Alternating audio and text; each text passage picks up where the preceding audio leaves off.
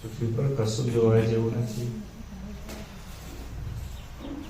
સ્વામીજી નાયગ્રાનો ધોધ જોવા ગયા.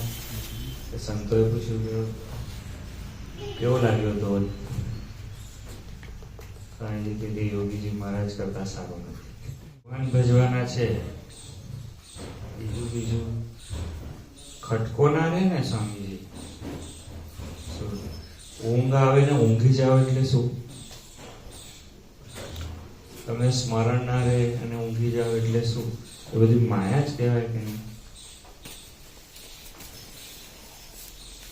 અને આપણે જોગમાં છે, આપણને આવડવું જોઈએ કે કેવી રીતે સુવાનું છે, કેવી રીતે ખાવાનું છે.